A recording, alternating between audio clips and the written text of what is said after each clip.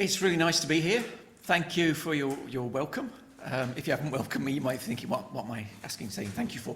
Anyway, it's nice to be here. We're looking at that passage. Now, I didn't realise, when you gave me the passage and the title, it just said the title was First Service.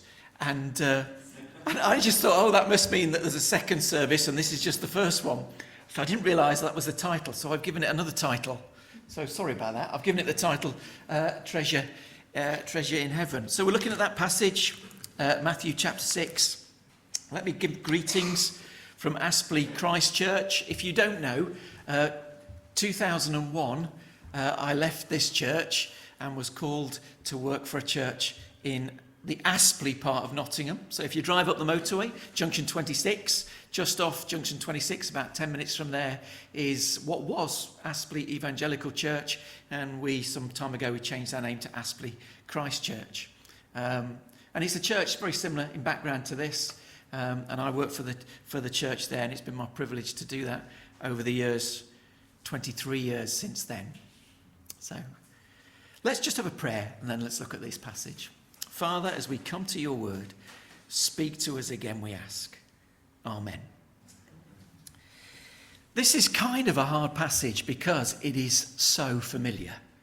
And I don't know about you, you come to a familiar Bible passage, and especially if someone's speaking on it, you may be tempted to shut down because you say, I already know this.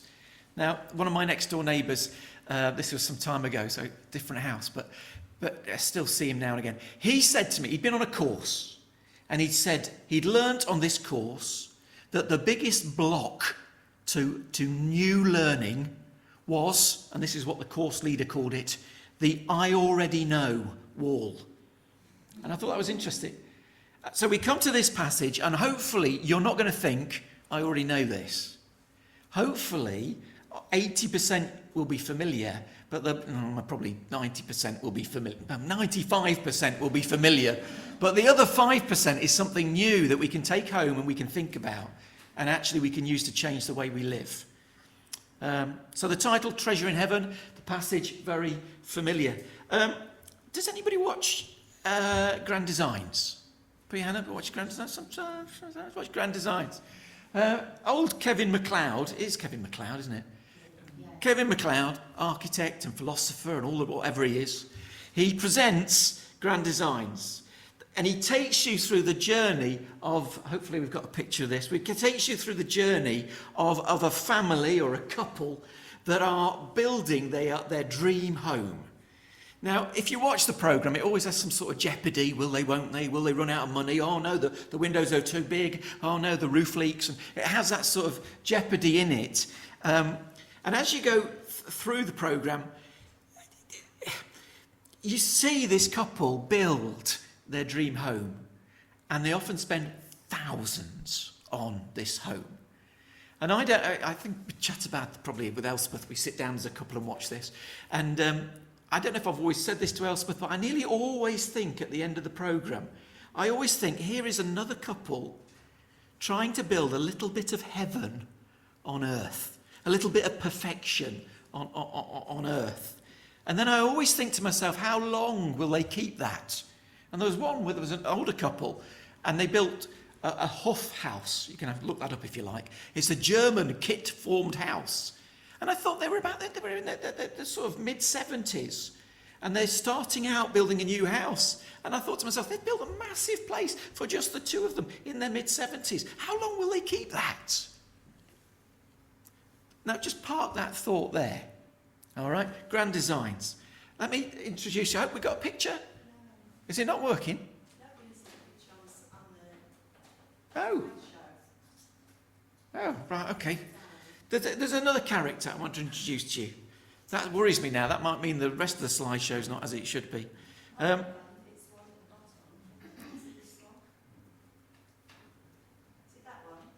It is that one. Is it at the bottom? Yes. It's because I referred to it at the end of the talk. Maybe I took it from the end. Anyway, here it is. All right. Anybody know Sir John Lang? Heard of him? Yeah. Now, Sir John Lang, he inherited his father's building business. He turned it into an international construction company which made hundreds of millions of pounds. And yet he lived actually an incredibly simple life. At one point, he gave away 40% of his profits to really good causes. And today, there is still money from the John Lang Trust still given to all sorts of charities, particularly to churches doing church work to tell people the message about Jesus. So on one side, you've got grand designs, people building a little bit of heaven on earth. And on the other side, you've got Sir John Lang, who gave millions to good causes. In fact, we did a building project at our church, and I'm not supposed to tell anybody, but they gave. So let's just say, just pretend I didn't tell you. They gave us thousands towards building the new church that we've got.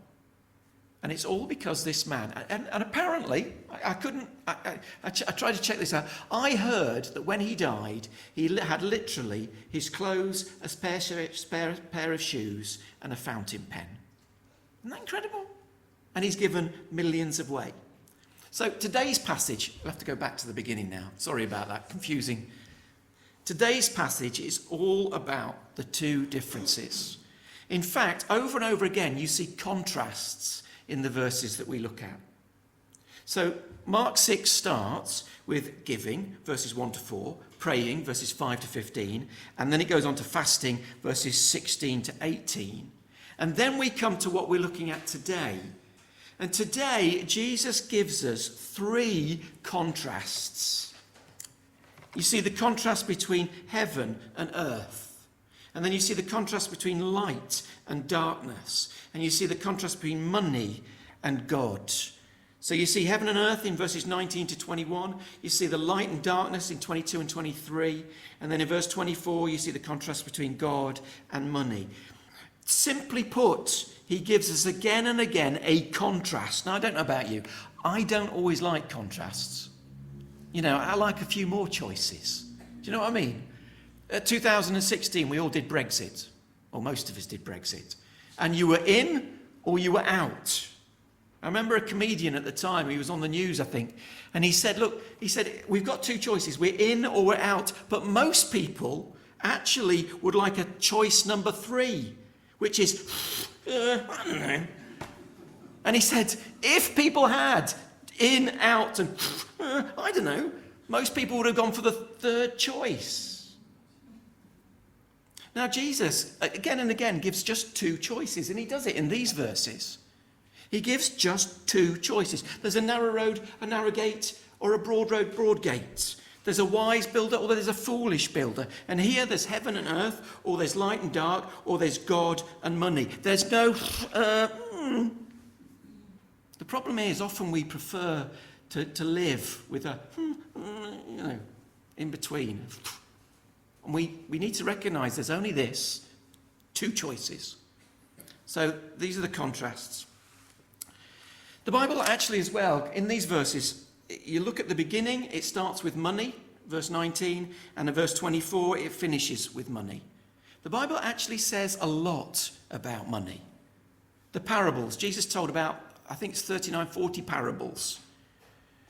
1 in 3 of those parables are to do with money. Why is that?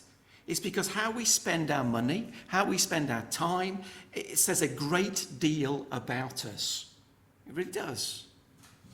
People will say, and perhaps you've heard this, and perhaps I'm sure I've done, you say what your priorities are. You tell people what your priorities are. But the reality is, what we say are our priorities and what actually are our priorities can be very different. And sometimes we can deceive ourselves into thinking what we say are our priorities are actually our priorities. But when you see what people spend their time on, and you see what people spend their money on, then you really understand what people's priorities are. And that comes out in these verses as well. So let's look at the 3 different contrasts, because it's relevant. First one, heaven and earth. And the question here in verses 19 to 21 is, where will you invest? What does he say? Do not store up for yourself treasure on earth where moths and vermin destroy or thieves break in and steal, but store up for yourself treasure in heaven. And he goes on, where moths and rust and... So we've got a choice between heaven and earth. Here we see the true biblical measure of whether something is worth doing. And the true biblical measure of whether something is worth doing is simply this: will it last? That is the true defining measure of whether something in life is worth doing. Will it last? People invest in all sorts of things and they don't last. And then others will invest in, and it's not just finances here, it's time and energy and effort. They will invest their whole life in things that are eternal, that do last. And I think sometimes we do very simple things that have eternal significance. Reading our Bible, coming to a prayer meeting, spending time with God's people are all things that have a lasting effect. They change and shape us into the people we're meant to be. They help others and encourage others.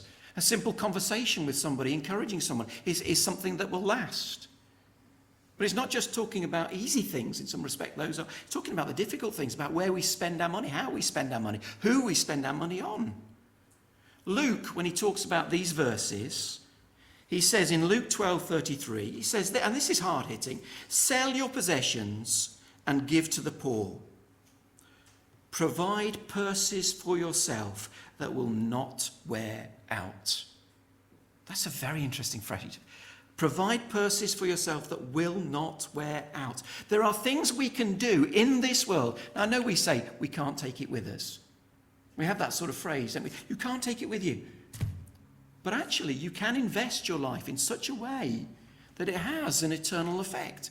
And in some respects, that is taking it with us. Sell your possessions and give to the poor. It's really challenging stuff. So by doing that, we create purses that don't wear out. He's talking about heaven. 1 Peter chapter 1, verses 3 and 4. I think we're just looking at verse 3 here. And it says, it talks about a new birth into a living hope. It's a great verse. I was asked some years ago to speak at somebody's funeral, and these were the verses he wanted. And he told me years before, these are the verses I want. And he did remind me, thankfully I would have forgotten, but he reminded me later on, these are the verses I want. And it talks about an inheritance that can never perish, spoil, or fade. We are meant to live for eternal things. And by doing that, we create an inheritance. And you say, oh, no, salvation. Yeah, salvation is how we enter into the kingdom of God. But I do think we're meant to take stuff with us. I love the joke, about the rich man who gets to heaven. And he sees his neighbour go in before him. And his neighbour didn't have anything like the wealth or ability that he had. And then he walks past and his neighbour is shown this great big mansion. And he thinks, fantastic. And the rich man thinks, whoa, if that's his, and humble background he had, what will my mansion be like? And then they walk to the next plot and there's a little wooden shed. It's very nice, but it's very small. And he's a bit disappointed. And he said, but why my mansion so small? And the angel said, well, we did the best we got with what you sent up. Now, I know it's a joke, but actually, it's not just a joke. We are meant to invest our energy, our time, our prayer, our thoughts, the way we live now. We look out for others. We don't just do it for ourselves. The talents we've got, the abilities we've got, we are meant to invest those for God's kingdom, for the future. We're not just meant to live a selfish life just for ourselves. And as we do, we provide purses that never wear out. We often divide life, don't we, into the spiritual and the material. But Jesus doesn't do that.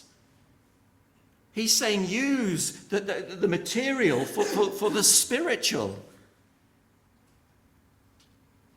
Use what we have for God's glory, our money, our time, our energy, our talents, all for God's glory. It means possessions, it means tithes, it means wealth. All of those things we're meant to use for God's glory, for God's eternal kingdom. And then he sums it all up in verse 21 where he says, where your treasure is, there your heart will be also. Our hearts will always follow, chase after our treasure. That's the way it works. Let me ask you a question here. What makes treasure treasure? What makes treasure treasure? I think the ultimate answer is we do. We decide what is so valuable to us that we love it, that we chase it, that we go after it. I think ultimately we're the ones that make treasure treasure. So we need to be careful what we treasure. Because some of the things we treasure may be soul destroying. And I don't say that lightly. I think that's really true. Some of the things we can value and live for, some of the things people live for and value can be absolutely soul destroying. And that's why I think he moves on to the next section and he talks about light and darkness. And I want to ask the question, light and darkness, which has your focus? This is what he says in 2022, I think 22 and 23. The eye is the lamp of the body. He's talking about spiritual vision here. If your eyes are healthy, your whole body is full of light. It's talking about spiritual vision. How we see things spiritually is so important. If your spiritual vision and understanding is healthy, then the whole direction of your life will be spiritually healthy. It will be eternally productive. It will have eternal value. Jesus has taken us from treasure and your heart to eyesight and your health, but they're linked.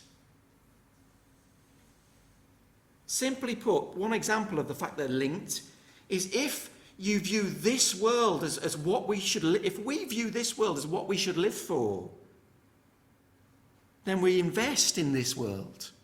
But if we actually view, and that's our spiritual vision, that the next world is what we should be living for, then we invest in the next world. You go to the Bible again and again, it says, don't invest in this world. Like Psalm 103, verse 15. Our days on earth are like grass, like wildflowers. We bloom and we die. Now that isn't just being morbid, that is being realistic. The grass fades and dies, it's gone.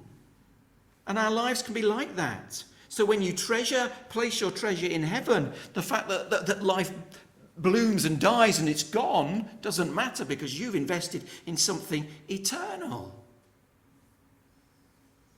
A young man went to visit an old church minister. And he went into his house and he couldn't believe how sparse the house was. And the young man said, "Where's all your furniture?" And the old man said, "Well, where's all your furniture?" And the young man said, "Well, it's not here. I'm just visiting. This isn't my home." And then the pastor smiled. "Yeah, that's it. I'm just visiting. This isn't my home." Now, I know we're probably better off than we've ever been as a generation, aren't we? But I think we can still hunger for more. It's like, I think it was Terry Wogan, he interviewed a multimillionaire and asked him, what would it take to make you happy? And the multimillionaire says, just a little bit more. Well, that's how we are. We want a faster car, a better house. We want to fix this and do that. And then if the whole culture around us is like that, then we end up living and thinking only for this world. I heard of some missionaries that came back from Africa. In Africa, their kids just, really enjoyed their time in Africa. They came back, he said, within 2 weeks of being here, back in the UK, one of their children was begging for an iPad. He said, all those years in Africa, they didn't think about it. But suddenly they're in a materialistic environment and suddenly want this and they want that and they want the other. Because everybody around them's got this and got that and got the other. We're meant to be countercultural. We're not meant to just go with the rest of the flow in the world. And actually, one of the ways we counter the culture is we don't live for now. Jesus finishes talking about light and darkness by making this very frightening point in verse 23. If the light within you is darkness, how great is that darkness? That's saying if our spiritual vision, our capacity to see God and God's ways is cloudy, even dark, if our minds are taken over with self-interest and our own desires, then we can be left in darkness. We drive ourselves into further darkness. He's saying if that happens, how bad is that? Because what we see spiritually shapes what we do and how we live. It's so important that our spiritual vision is light and clear. That we don't just live for now, that we live for the future. That we see the spiritual reality of the world passing away and fading away.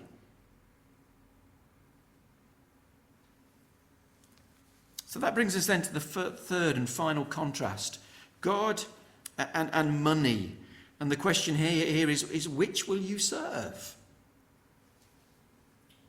No one can serve two masters, verse 24. Either you will hate one and love the other, or you will be devoted to one and despise the other. You cannot serve both God and money. So Jesus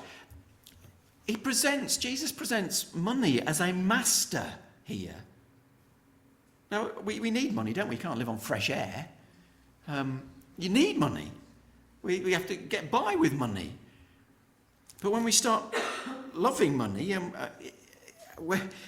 when money isn't just a tool, it can so easily become, and that's part of what he's saying here, and it so often becomes a master. Something that we serve, that we obey. And it also then completely opposes serving God and obeying God. It's interesting, money is a master. How many things do you think you own that really they own you? I remember reading about this man who bought a climbing frame for his kids. He erected it and put it all up in the garden and all the rest of it. And then he read the instructions and it said every year you need to go out and you need to oil it. Every year you need to go and check every bolt and bracket. And he looked at this and thought, this is a full-time job. By the end of reading all it, I'm going to be out there every... And then he realised, I don't own it, it owns me. How much of stuff owns us? Now, you can't get away from owning things. You can't get away from money. This is, but we can ensure that it doesn't own us. To serve two masters here is like trying to play for two football teams at the same time. Imagine a professional player running on for one team, and then the coach calls him from the opposite team, and he strips off, new shirt back on, he runs back on. 1 minute he's playing defence, next minute he's trying to tackle himself, running off and on and on. You can't do it. So we need to get our spiritual vision right so that we can live this one out. Money brings comfort. Money brings power. Money will steal our hearts. And the Bible tells us in other places, the love of money, not money, but the love of money is the root of all kinds of evil. And you see that in the world around us, don't we? Corruption, greed. How much politics and how many countries are stricken by corruption? How many times are companies doing incredibly difficult, nasty things to each other because of greed? When we really understand that everything the world offers us is really dust and ashes, then we start to treasure what God offers us because it's eternal. Sell your possessions, give to the poor, provide purses for yourself that will not wear out. That's the message of these verses. And let's be really honest, knowing the message of these verses is not the difficult bit. Doing what is in these verses is the difficult bit. But if we get our spiritual vision right, then it helps us see it is worth doing. And every day we correct ourselves.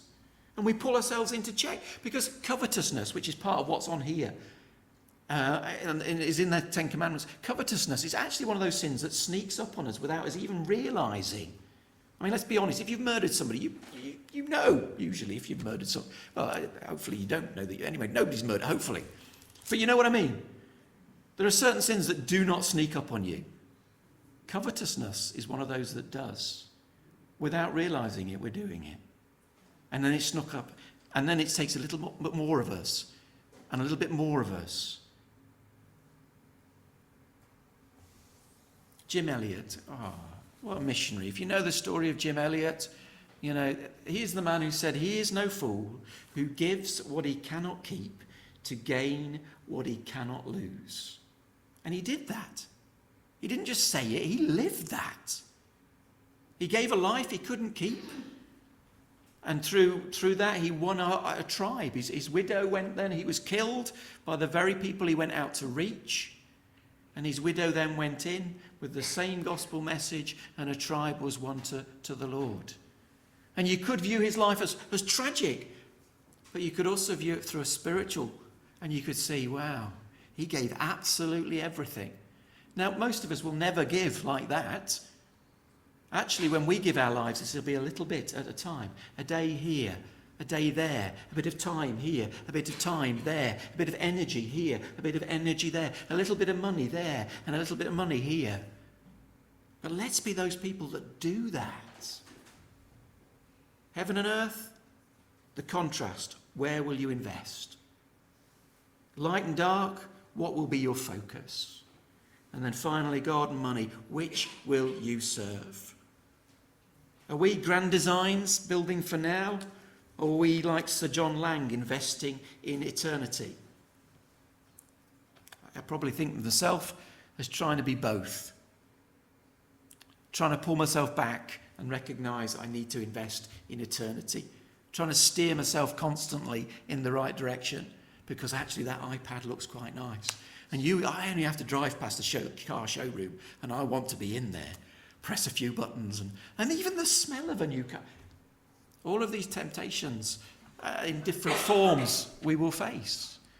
And then we've got to try and steer ourselves back. So, are we grand designs, building for now, or are we John Lang investing in eternity? Because we can't really do both. We're going to finish our time now by singing a song that takes us back to what the Lord Jesus did for us. He gave everything for us. He took the punishment